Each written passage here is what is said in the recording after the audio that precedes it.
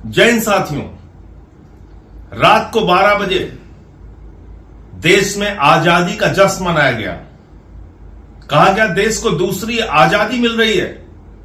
लता मंगेशकर जी का गाना सुनिए, हर्षोल्लास के साथ वाहवाही कीजिए सरकार की, जश्न मनाइए, जीएसटी आया, जीएसटी आया, जीएसटी आया।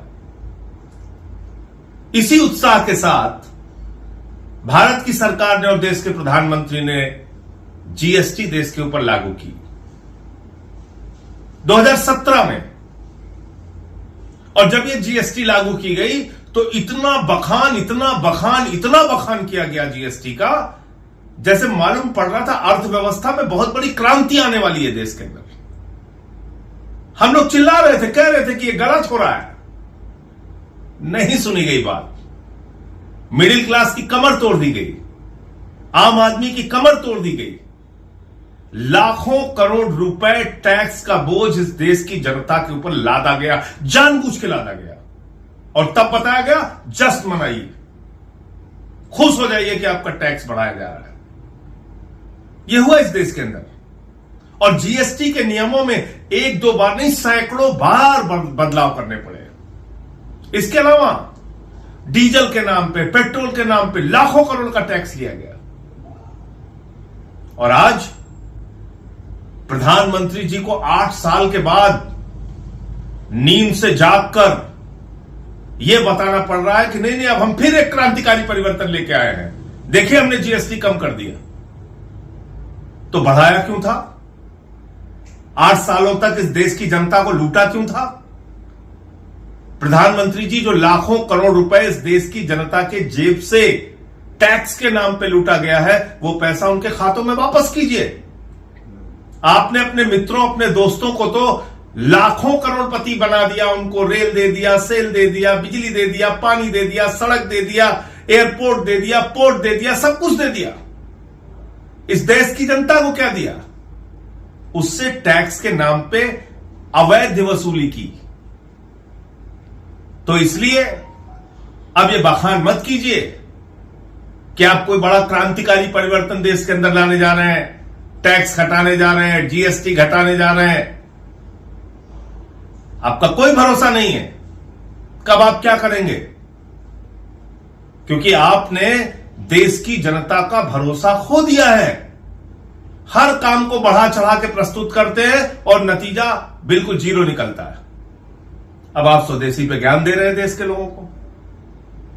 बीएमडब्ल्यू की कारों का काफिला आपके साथ, विदेशी विमान आपके साथ, विदेशी हेलीकॉप्टर आपके साथ, इटली का चश्मा आप पहनेंगे, स्विट्जरलैंड की घड़ी आप लगाएंगे, जर्मनी की गाड़ियों में आप चलेंगे, अमेरिका का फोन आप इस्तेमाल करेंगे और ज्ञान देंगे देश के लोगों को। देश के लोगों, स्वदेशी अपनाना है।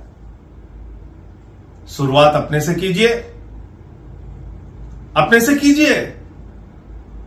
इसलिए आपकी बातों का असर देश की जनता में कम हो रहा है, क्योंकि कथनी और करनी में जमीन और आसमान का अंतर है।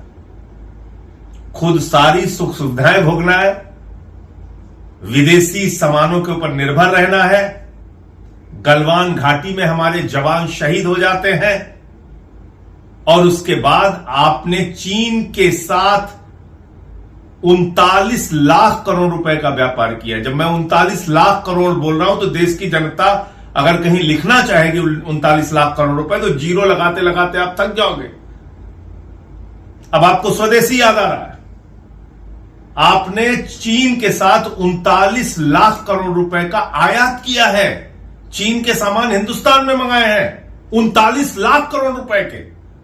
हिंदुस्तान के व्यापारियों के व्यापार को आपने नष्ट किया है।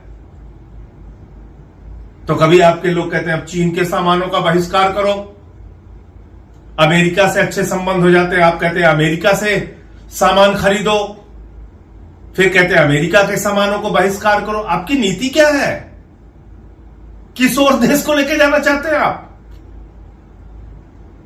अब अमेरिका ने 50% टैरिफ आपके ऊपर लगाया और आपने कपास के ऊपर लगने वाला 11% आयात शुल्क जीरो कर दिया, हिंदुस्तान के करोड़ों किसानों को बर्बाद कर दिया। यह है आपकी अर्थनीति, यह है आपका आर्थिक व्यवस्था के बारे में ज्ञान। इसलिए प्रधानमंत्री जी, कृपा करके अब ये खोखली बातें और खोखले वादे करना बंद कीजिए और इस देश की जनता से 8 सालों में जो आपने टैक्स के नाम पर आपकी सरकार ने लूट किया है, वो पैसा जनता को वापस कीजिए। तभी इस देश का आम आदमी मजबूत हो सकता है। जय हिंद।